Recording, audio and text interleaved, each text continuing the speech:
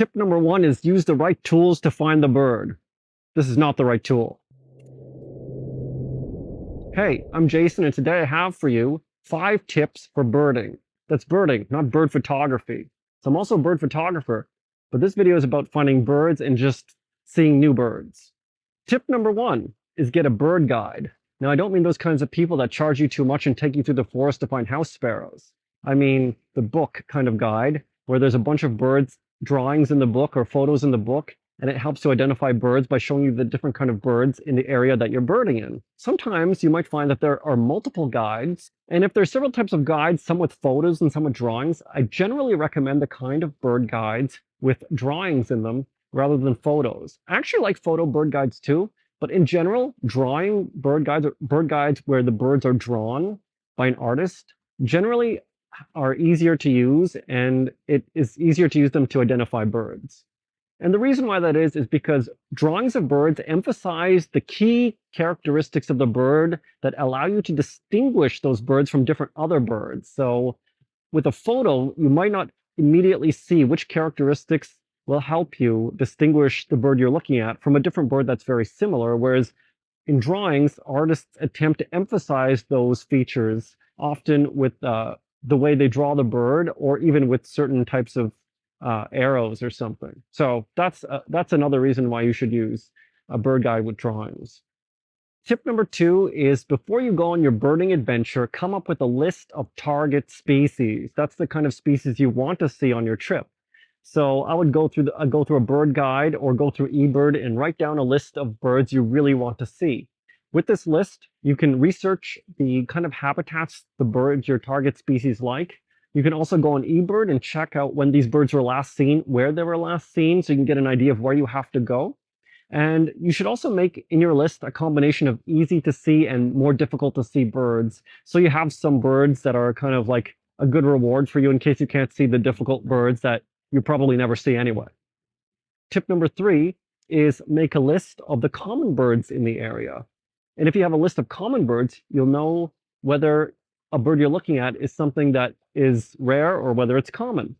And you'll also not mistake a bird that you're looking at for a rare bird if it's a common bird. So you'll make fewer mistakes with identification. And with this list of common birds, I also recommend that you listen to all the calls of the common birds, because then when you hear a call and it's something that you've not heard before, it will tell you you might be seeing something or listening to something that's a little rare. So that will help you find the rare birds, and also it'll make it easier to make a checklist when you're going out birding, because then you'll be able to easily put down the list of the common birds on your list, and you won't have to worry about whether it's a rare bird or a common bird.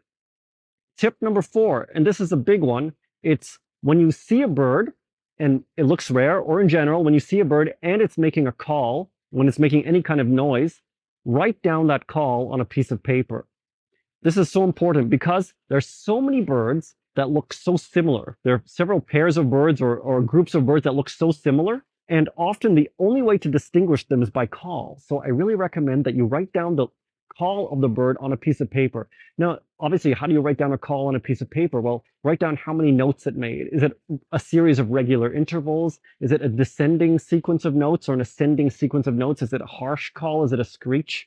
Often that's more than enough to distinguish a bird. I wouldn't bother too much with recording all the calls you hear on your phone or other device, unless, of course, you're into recording bird calls, because that takes a lot of time. Just a few notes on your birding notebook about the kind of call you heard may be more than enough to distinguish between 2 birds of 2 different types. And so that will often save you from having a bird you see not being identifiable. In fact, this just happened to me the other day. 2 birds. One was the Ferruginous anteater or antbird, and the other one was some other type of antbird that was very similar. And actually, I didn't write down the call in my birding notebook, and I couldn't distinguish between the 2. And that might be a dip for me forever. It's a regret forever, worse than anything else, that you can't identify a bird just because you didn't write down the call. Tip number 5, and this isn't really a complete tip for finding more birds. It might be a tip for finding less birds, and that is, don't use call playback and don't feed the birds to get more birds on your list. Birding is about being in nature and about seeing birds in their natural habitat. If you feed birds, it's no longer their natural habitat. It turns birds into a commodity. I really don't agree with feeding birds, and I don't recommend feeding birds.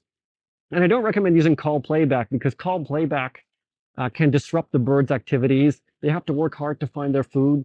They have to work hard just to live. And by playing call playback, you distract them and you make them come to the forest edge when they don't really want to do so.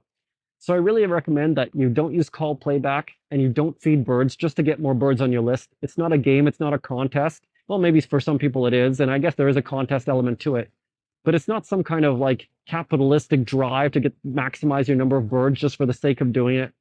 Just enjoy being out in nature and forget about trying to attract birds just to make your list bigger. Just enjoy being out there and being with the birds in their natural setting when they're doing their natural behavior. Try and be as inconspicuous as possible and don't interfere with the surroundings just because you want that extra rare bird on your list.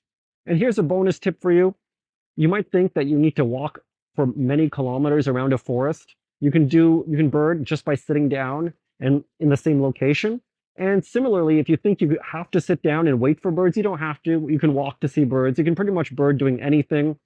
And that allows you to get out of many uncomfortable family functions. Bird when you're there. And here's another bonus tip for you is to go out of season to a location, a popular birding location. If you go in season, you'll be surrounded by other birders, which is, frankly, not very fun. So if you go out of season, you'll be able to have the whole birding place to yourself. You might not see all the species that the in-season location will get you, but I like it better when there are fewer people around. And so I really suggest going to popular birding locations out of season. And if you go to a location out of season, you can also get different species that other people might not have seen at that time. For example, I'm in a location right now in the Brazilian Atlantic forest, out of season, and I saw something very interesting the other day, the fasciated tiger heron, which I'm going to mention in all my videos now because it's one of the coolest birds I've seen. So those are all my tips for being a better birder, getting more birds on your list, and hopefully making the birding experience more fun. I hope you enjoyed this video, and I'll see you again next time.